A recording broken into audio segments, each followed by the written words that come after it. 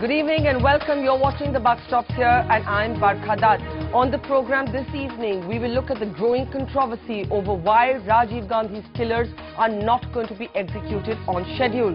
This has come on a day when the Madras High Court has actually stayed the execution for 8 weeks.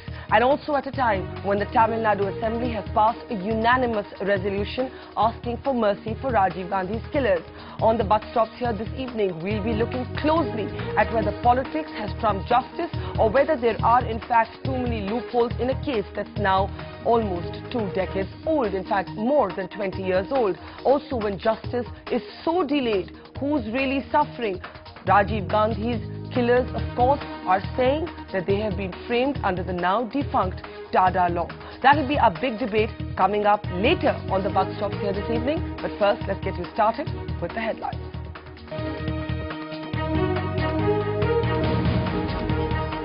Ajay Markan's sports bill is blocked by union ministers who have links to cricket associations and sporting federations. The bill will now have to be redrafted.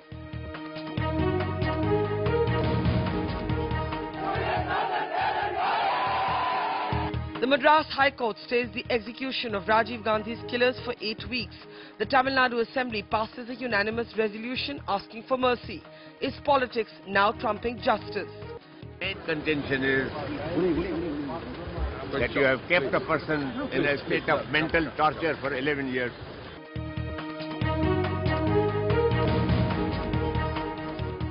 The BJP takes its battle over the Gujarat Lok Ayog to Parliament. It demands the recall of the Gujarat governor for bypassing the state government.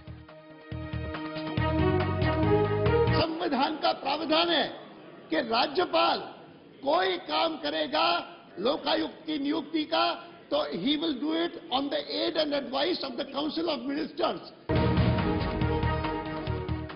And India's growth in the first quarter slows down to 7.7%. But if we look at the overall international scenario, and particularly the Europe and USA, there the performance is unstable.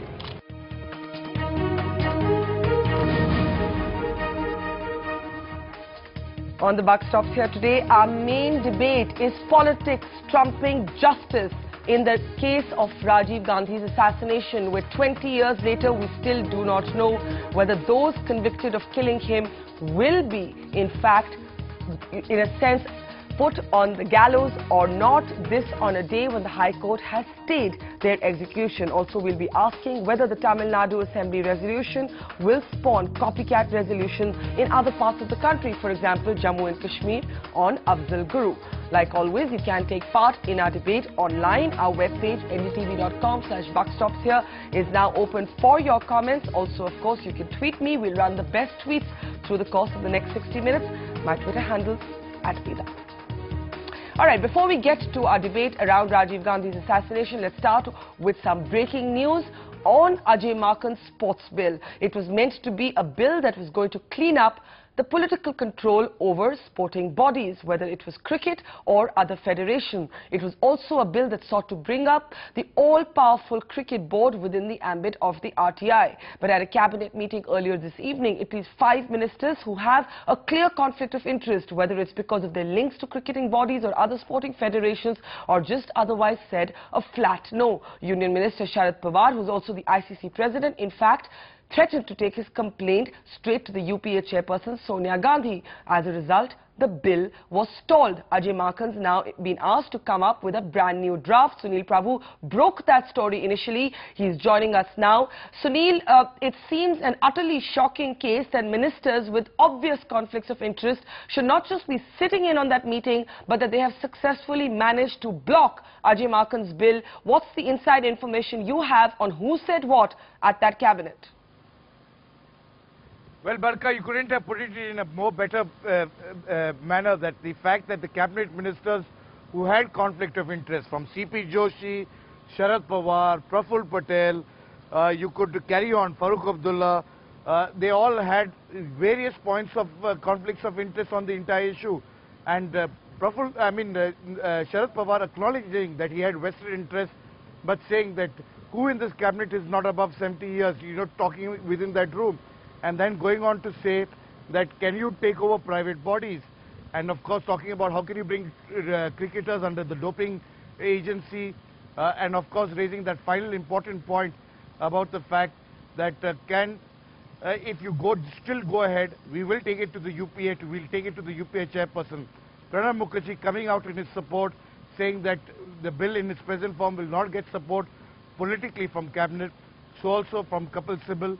But there were other ministers, Balka, who were speaking, from Kamal Nath to Praful Patel to CP Joshi to Veerbhadra Singh, and of course Farooq Abdullah, who had various points on that entire bill. It's sad that transparency and accountability, which was aimed in the cricket bodies in the wake of the CWG, in the wake of various fiascos that have taken place in the sporting world, today we haven't been able to clear that Sports Federation bill.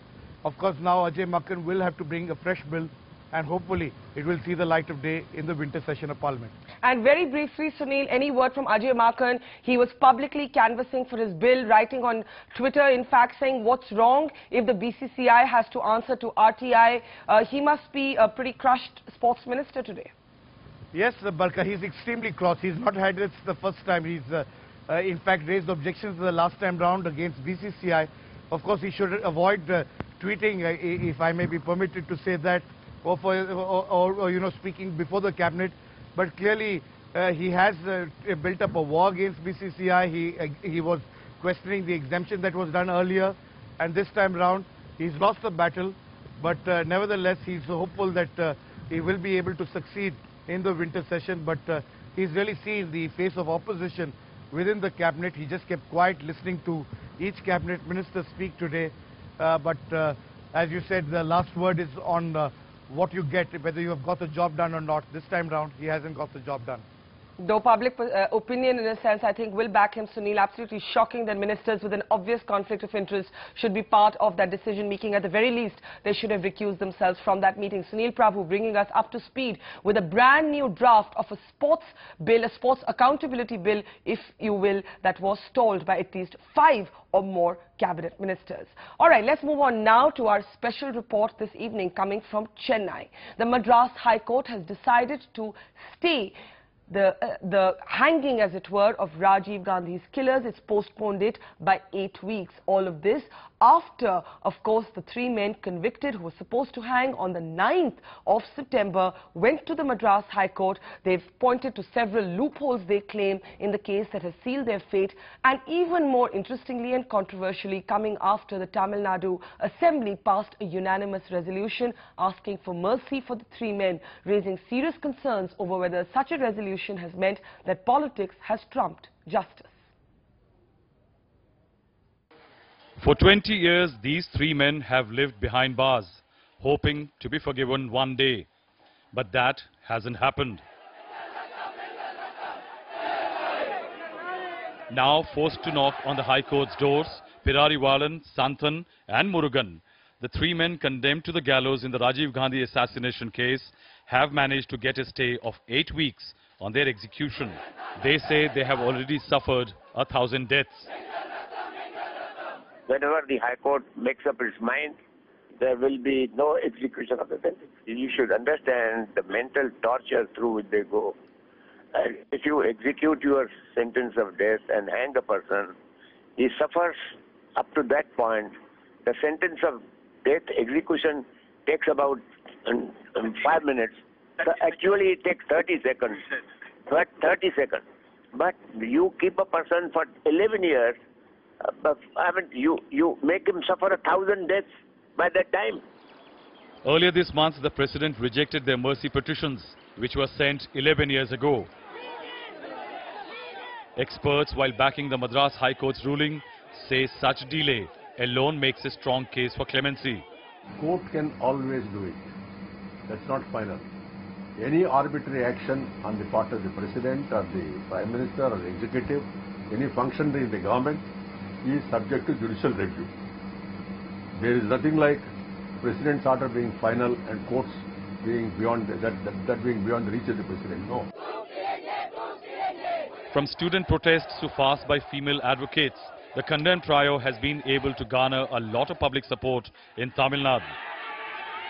And after the court reprieve, they have also managed to get the political backing in the form of a resolution passed by the Tamil Nadu State Assembly, asking the President to reconsider their mercy plea.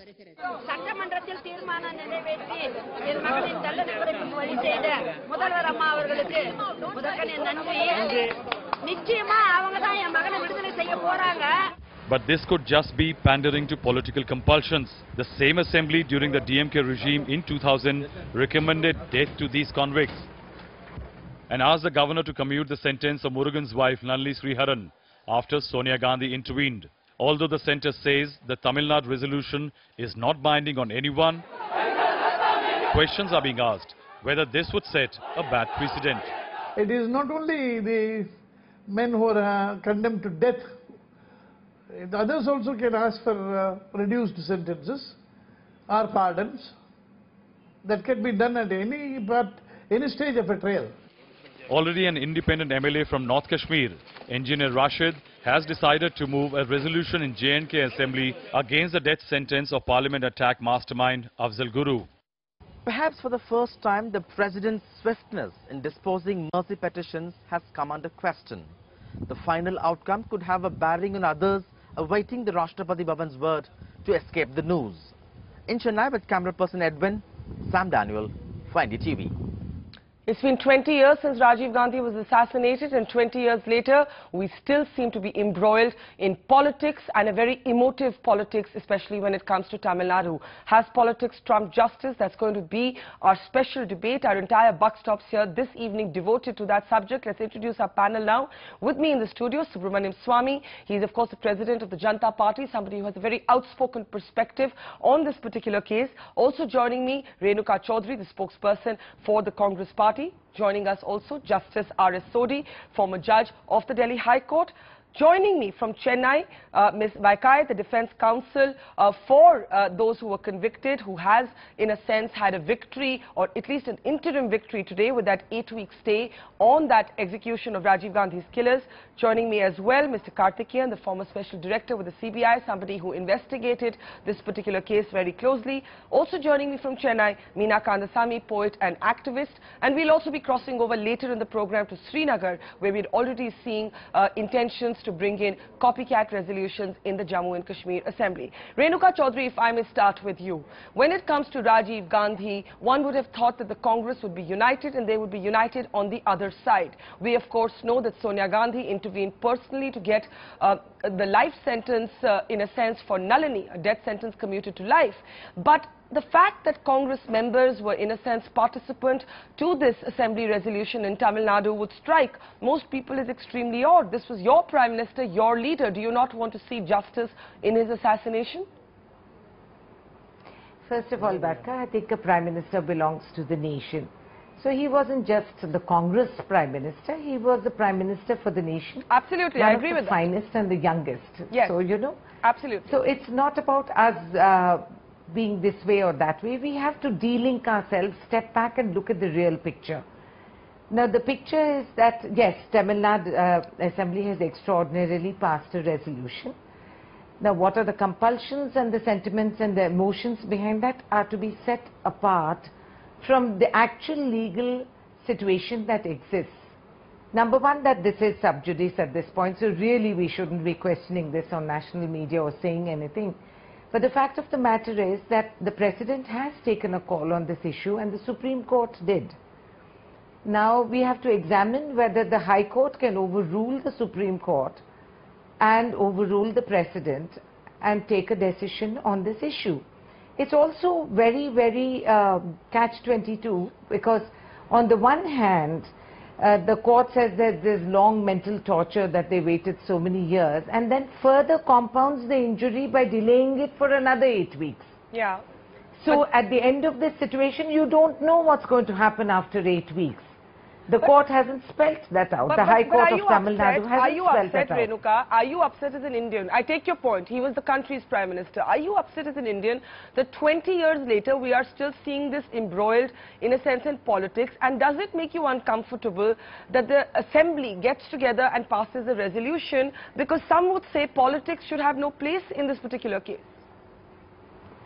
That's one way of looking at it, Barkha, but if you look at it in a democracy and you accept democratic principles, then fine. The Tamil Nadu Assembly is free to pass a resolution if they want to. So I won't question their judgment. But yes, me as a citizen, as an individual, yes, it does upset me that, and I'm not speaking as a Congress spokesman at this point, I want that very clear. As a citizen, it worries me that the Prime Minister of a nation can be assassinated, and that we really have two things to think about on that. All right, Subramanian Swamy, can I bring you in here? Renuka Chaudhary says this is now sub judice. This is now something, and you laughed at that. Why do you laugh? Because she doesn't know that sub judice doesn't apply in India. Sub judice applies to only those countries where there's a jury system. It was invented because they wanted to prevent the juries who are not drawn from ordinary people to be not okay, to be let's move beyond the technical position. So no, you're not quibbling on that. There's no question. There's no sub judice. Okay, let's move on beyond that. Let's move on beyond that. Now the question is, these are three people whom already the NDA government had rejected their mercy petitions. So had the president. At that time, Jethmalani was a minister, and Vaiko was a person who had ministers of his party there. Now, of the 11 years that they say has been expended and all this torture that took place for these poor terrorists, 7 years Vaiko was part of the government. Now, why should this country give mercy to those people who killed Rajiv Gandhi for the only reason that he sent IPKF to Sri Lanka? They said it after the assassination in the court that they are proud that they taught him a lesson.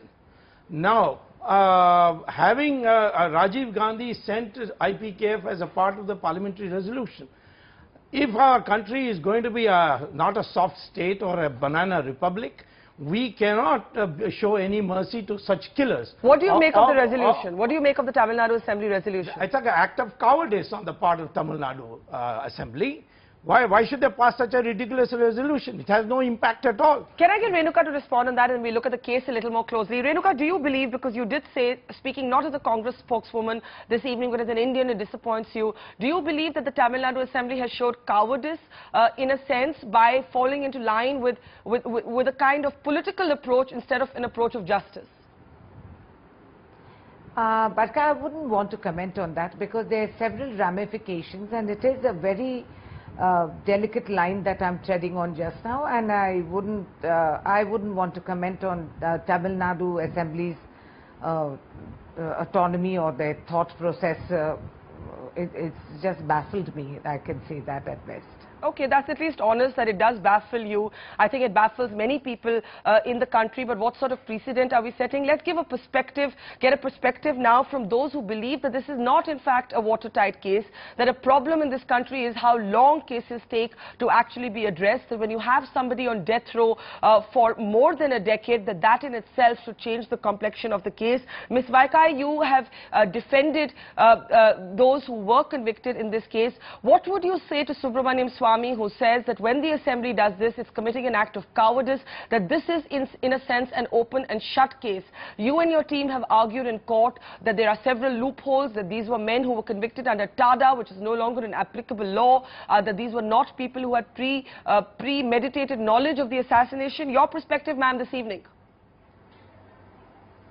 So first of all, let me clarify that they were not convicted under TADA. The Supreme Court said that they had not committed any crime under TADA and they were absolved of the allegations under TADA. They were only convicted of conspiracy along with 302, which is a charge for murder. Okay. Therefore, it was called an individualized crime against Rajiv Gandhi. Okay. Now, I do not agree with Dr. Swamy that this is the resolution passed by the Assembly is an act of cowardice. After all, the Assembly consists of representatives of the people, and if they express or reflect the sentiments of the people, what is cowardice about it? I do not think so, because a large section of the Tamil people today, particularly people in Tamil Nadu, do not want this kind of a retribution. After all, when one talks about justice to vis-a-vis the crime, I mean, what is the concept of justice in the penal system? Now, you impose a penalty, either for reform. Yes. Yes. I just wanted to clarify from you that is your petition based because there is no question of retribution. No, so is your petition based on a principled opposition to capital punishment, or is it based on the fact that you believe that this case has not been conducted in a sense with transparency and the punishment is disproportionate to the crime? Where do you stand on this?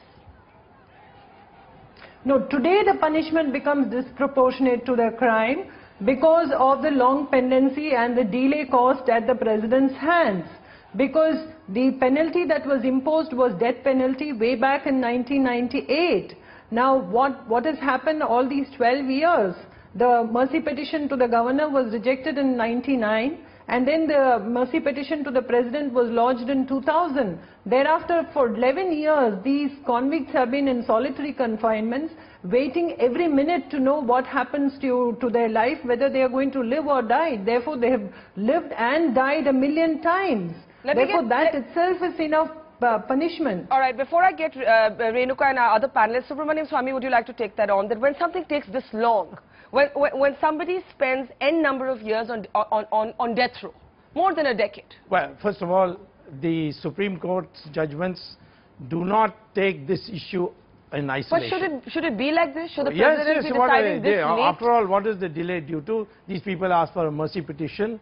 The president was not responsible. But should it take 15 years for the president? Well, certainly, this is how the government was, and for those who are going to the court today, they are responsible. They are the ones who delayed the whole thing.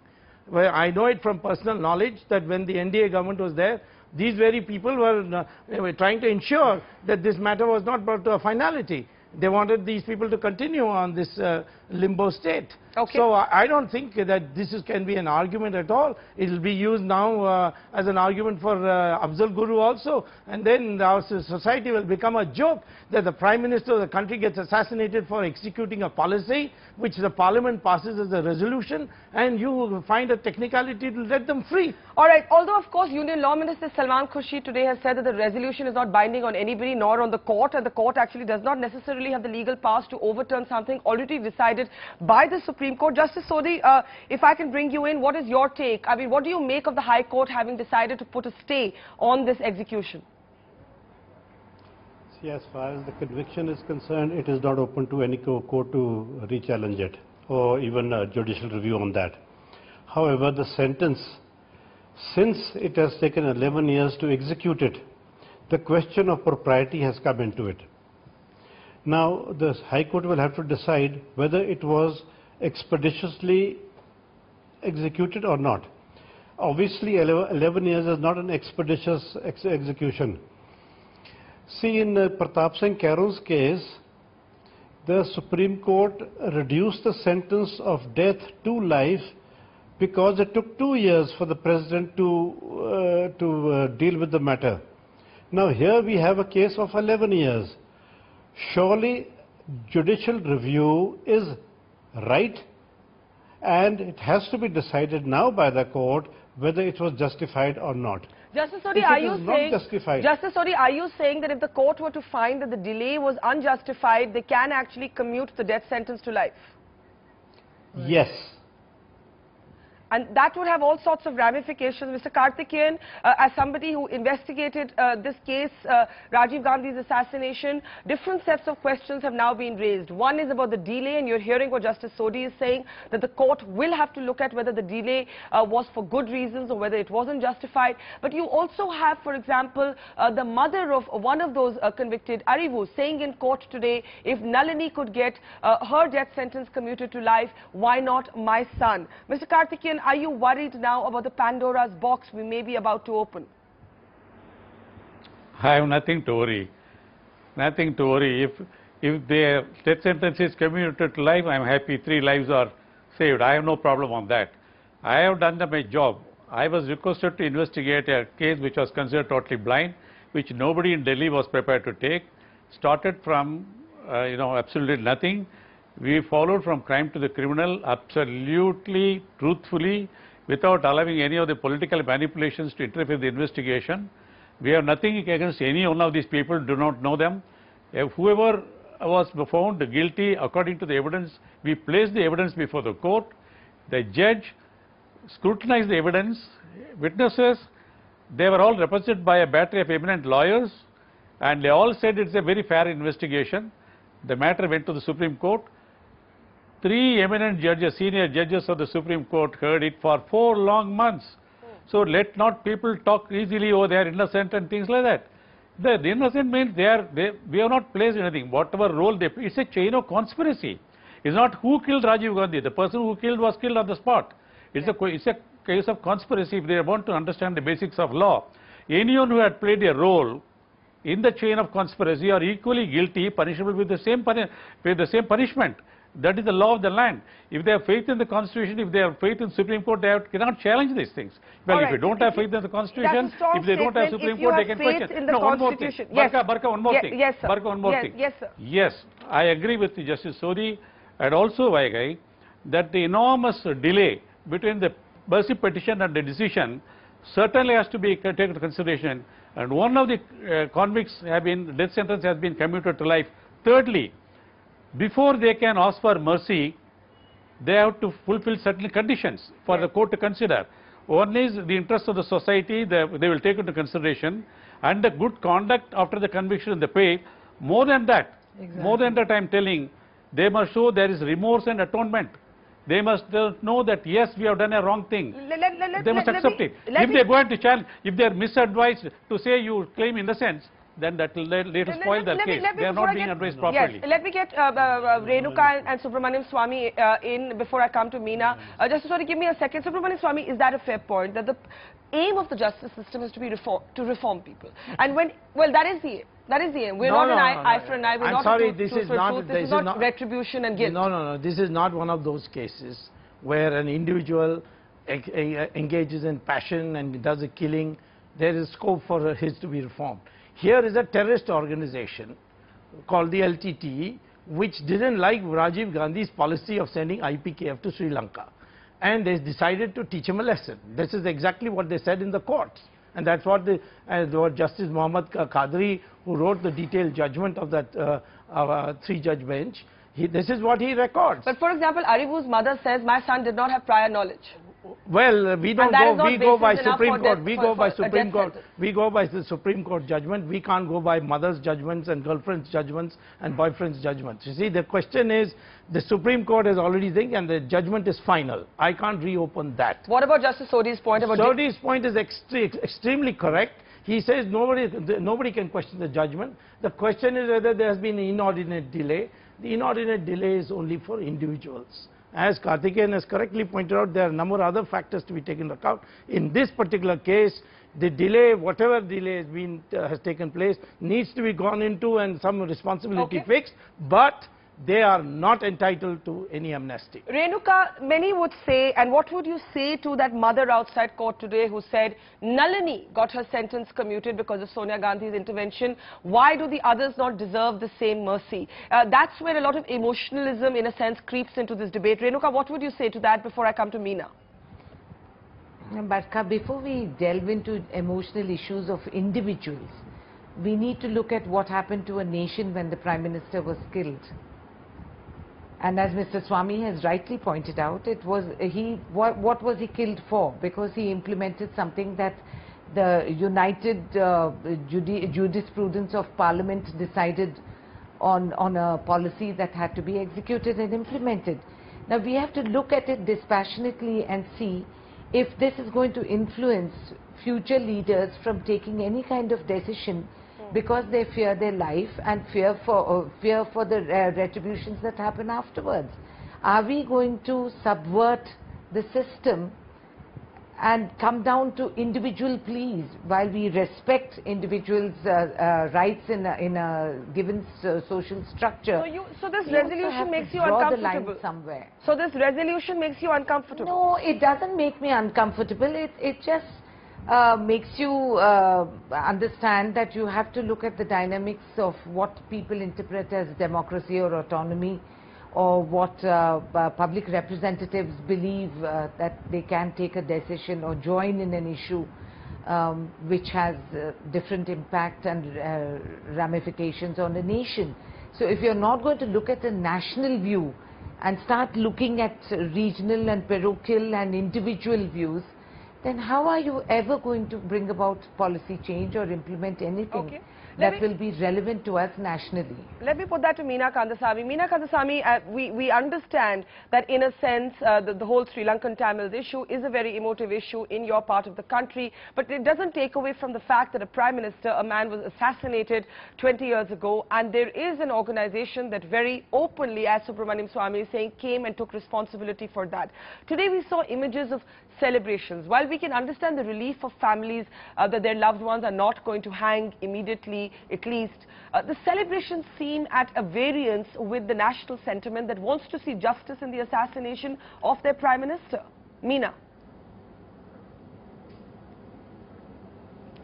Barka, the justice in the assassination will happen only if the investigation actually exposes politicians who are aware of what is happening. The justice will not be served by, like hanging Perarival and somebody who is supplying batteries. And justice will not be served by listening to Subramanian Swamy, who wanted to strip Muslim people of their voting rights immediately after the bomb blast in Mumbai. So, when you have somebody as biased on your team, so he's evidently going to say anti-Tamil things. So this is not the exact justice. Justice is not waiting for your death for 20 years.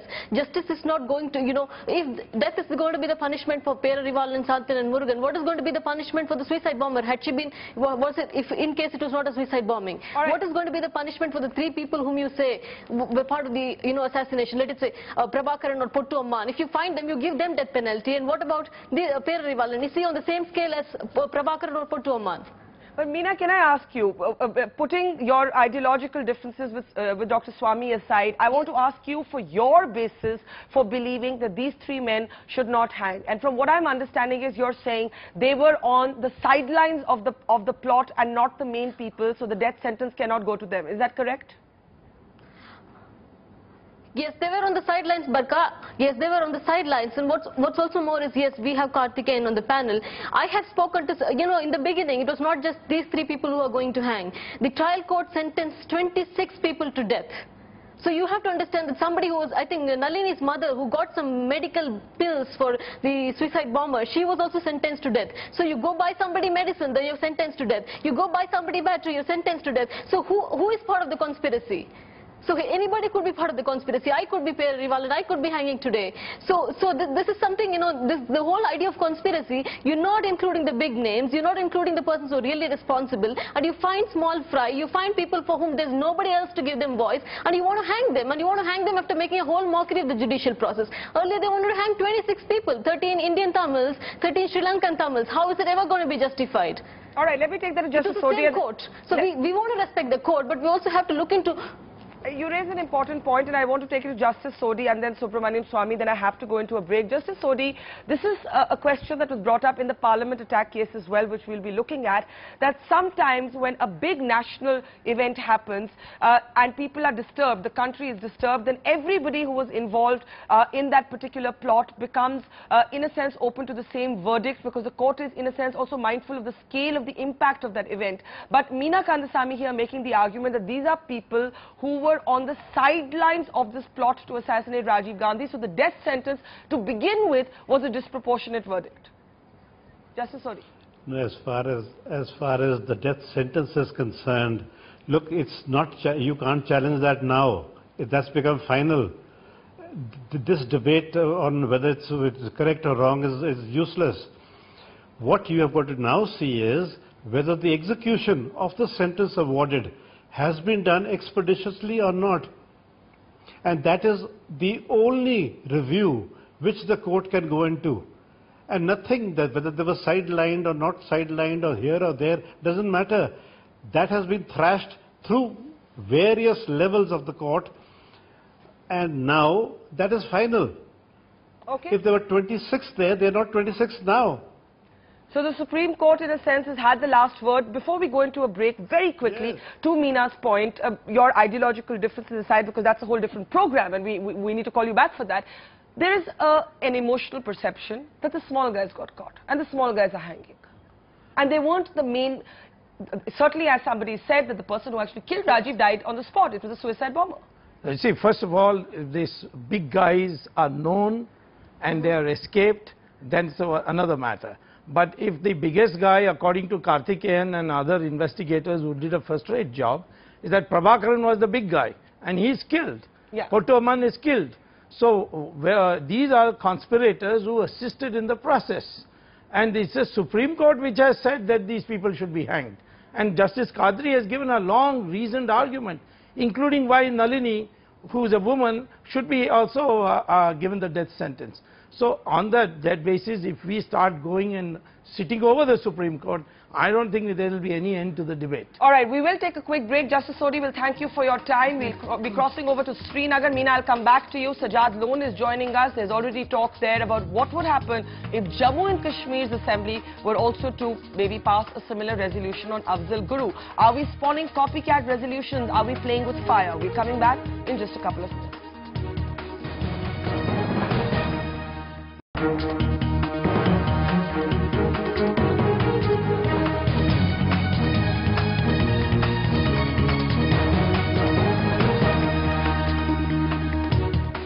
On the buck stops here this evening, we're debating whether politics has trumped justice when it comes to the Rajiv Gandhi assassination case. The Madras High Court has postponed by 8 weeks the execution of 3 men convicted for killing him. The Tamil Nadu Assembly has passed a unanimous resolution asking for mercy for these men, and the question now is, will this spawn copycat resolutions across the country? In Jammu and Kashmir, there's already an independent MLA who's talking about bringing in such a resolution in the Afzal Guru case. Before I go back to my panel and the specifics of the Rajiv Gandhi case, Sajad Lone joining us from Srinagar tonight. Sajad, in a sense, it must be quite ironic for the valley to witness this entire debate raging at the other end of the country. Your thoughts?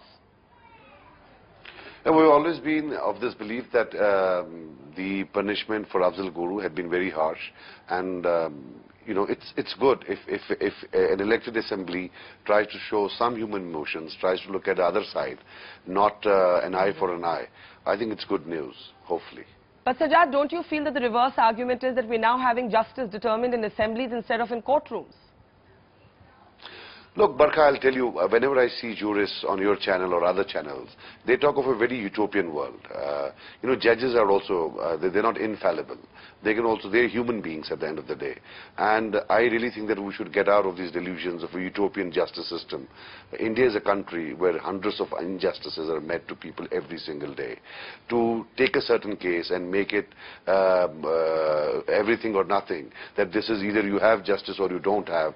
If you hang him, in India, justice prevails, and if you don't, justice doesn't. I think that's taking it a bit too far. Okay. You have to look at sensibilities of people concerned, because there is in Kashmir, at the end of the day, a feeling that perhaps justice might have been denied. I'm not trying to say that, I'm not trying to in any way cast aspersions on the judiciary, but then we also have to understand judiciary comprises of human beings, not gods.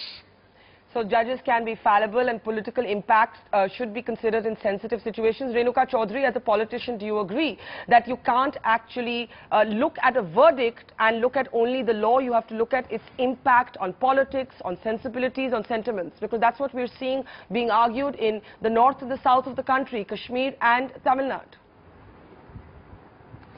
Barkha, this is what the judiciary does in its collective wisdom, where they examine all aspects of it, and they have shown human face on many issues. I think the gentleman who spoke earlier, he talks in black and white. Judiciary doesn't operate like that. There several times when judiciary has stepped forward and respected the violations of sensibilities and spoken thus. Now, you can't decimate the judiciary also and say that assemblies are the arenas on which we will discuss. I think these are trends that will cause growing concern in the future if this is how we go about it. Ms. Vaikai, what do you say to the criticism that assemblies cannot become the arena to determine justice? No, I completely agree with what Mr. Lone said. In fact, Article 161 and Article 72 of the Constitution have been retained for clemency and pardon only because it is a supreme sovereign power of the people to step apart from what the judicial system decides, because judiciary consists of people who are not infallible, and therefore ultimately the power vests with the people for the sovereign power to be exercised. And even in a case where the president or the governor can review the conviction and decide differently from what the judiciary has decided and ultimately exercise the power of pardon. Okay. Definitely these powers are granted in order to reflect the sensibilities of the people. Today, in fact, the LTTE has been decimated. Mr. Swamy said that these people belong to a terrorist organization. Now, what are you going to achieve by executing these people? Okay. The main operators are gone. Mr. Karthikeyan and then to Subramanian Swamy, can I bring you in there? Is it the job of any government to also look at the impact of what a verdict or a hanging may have? For example, in Kashmir, it's widely argued that Maqbool Butt's hanging changed the course of politics. In Tamil Nadu, it's being argued that this execution could change the course of politics. Is that something that any government needs to consider by definition? Mr. Karthikeyan. See, the guilt or innocence is finally established by the judicial verdict. After the Supreme Court has pronounced the judgment and the review petition has been rejected, no one should, the censor should say that they are innocent, they are framed and all that. It amounts to contempt of court, contempt of the Constitution. Okay? But at the same time, the President and the Governor are empowered, even though the judicial verdict is there, in certain situations where the nation, the government means, representing the will of the nation feel right, they can exercise the power of pardon. I will tell you some of the illustrations, if you allow me 1 minute. It is curled from the various judgments all over the world. Interests of the society, the period of imprisonment undergone, seriousness and relative recentness of the offence, age of the prisoner, good prison conduct, post-conviction conduct, character and reputation, more than anything else, remorse and atonement. Do they really regret? Do they regret for what they have done? If they keep telling we are innocent today, they lose the opportunity of being considered for person. So they are being misadvised by people. Okay. They should, they should accept it, because they should accept the truth and say we are sorry and we regret. Then there's a possibility. Yes. If they say we are claiming innocence, their chances they are getting pardon. I get your point. And Subramanian, very briefly as we wrap up, your last comment, this is an interesting argument that the interests of the larger society also have to weigh in on any decision. And whether it's Sajjad or Meena Kandasamy, both are arguing that in our states, at the moment, it's interest of the society to not do this. Well, I'm sorry, that's a subjective view. The fact of the matter is that the Supreme Court twice considered the question whether capital punishment should be abolished, and they came to the conclusion no. We have set a system of punishments as a deterrence. Now, you may say it's not effective deterrence, but it is the only system we have. And if they want to change it, they better go back to the Parliament and get it changed. So it will be subverting the Constitution in a sense not to do this. Yeah. Meena, very briefly, your and Sajjad's last words. Meena. Yes, the thing about death as deterrent can only be upheld in a society that does not have suicide bombing. You have suicide bombers today, people who are willing to die. So how do you think you can scare people with the idea of death? They're saying, yes, I'm going to commit a murder, I'm going to commit something and I'm going to die myself. So do you think you can scare them by saying that you will be put to death? So I don't think death as deterrent is ever going to work, and that's one of the reasons why I'm going to argue that capital punishment is not the solution. Okay. You make the state into a murderer in order to prove to people that murder is wrong. All right, so that's a larger philosophical disagreement with capital punishment. Sajjad, do you believe now that what happens in Tamil Nadu will impact what happens on the Afzal Guru case, or are the politics there probably going to play out very differently? Very quickly, I've got to end. I really think that we in Kashmir should try and emulate what they have done. They've used a very civilized and a very civil method to put forward their viewpoint, and I think we could learn something from them. It's something that even if you need to protest something, you need to put forward a point of view. They've done it in a very civil manner, and I think we need to emulate that, and it should be, hopefully. Renuka, very quickly, as a spokesperson in the centre, are you concerned? You're hearing this could happen in Kashmir, it's already happened in Tamil Nadu. Very quickly, last thoughts, 10 seconds.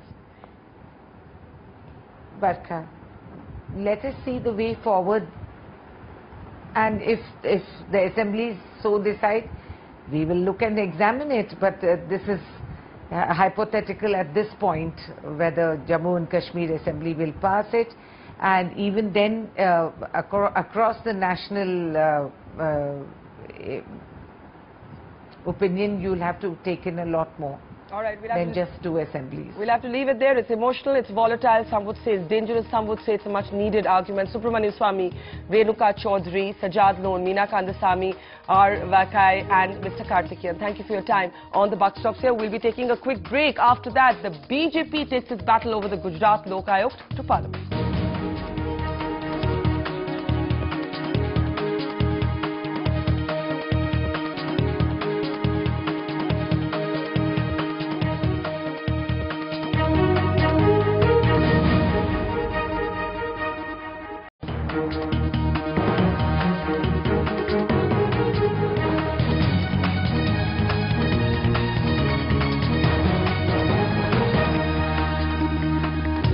The Buck Stops here. We end tonight's program with the uproar in Parliament over the appointment of the Gujarat Lok Ayukt. The BJP has now demanded the recall of the Gujarat Governor.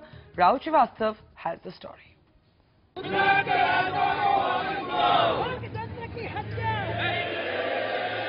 government opposition bonhomie is over, so is peace in Parliament. L.K. Advani led the BJP's offensive outside and inside Parliament on the appointment of a Lokayukt in Gujarat. संविधान का प्रावधान है कि राज्यपाल कोई काम करेगा लोकायुक्त की नियुक्ति का तो he will do it on the aid and advice of the Council of Ministers. लेकिन हम तो सोच रहे हैं कि हम राष्ट्रपति के पास जाकर के कहेंगे कि राज्यपाल को वापस बुलाया जाए. At the heart of the controversy is Justice R.A. Mehta's appointment as Gujarat's first Lokayukt since 2003 on the 26th of August by the Gujarat governor. The BJP's charge is that the state government was never consulted by the governor. The party says constitutional norms and federal values were bypassed, and since 2006, subsequent governors have not cleared its choice for Lokayukt. The Congress says Gujarat government was delaying Lokayukt appointment. The BJP has hit the streets in Gujarat over the appointment of Lokayukt in Gujarat by the governor, bypassing the state government. As you can see behind me, senior party leaders, they are taking out a protest rally here in Ahmedabad. While the state government has approached the court against the governor's move, the BJP lost no time to turn it into a centre-state battle. We have reason to believe that the governor was also being nudged by people in Delhi. The party now plans to appeal to the president against the appointment. Appointment of Lokayukta, which the governor said, but the opposition is saying that it is not according to the practices where the governor consults the state government, which has not been done so. I don't know the bill. As I understand, the bill says the governor will consult the Chief Justice. We can't read things into the bill.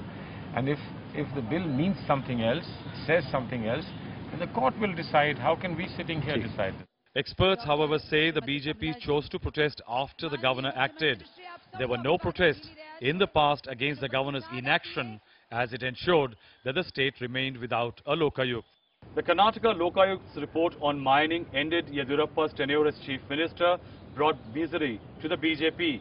Now in Gujarat, the BJP has visions of constant misery.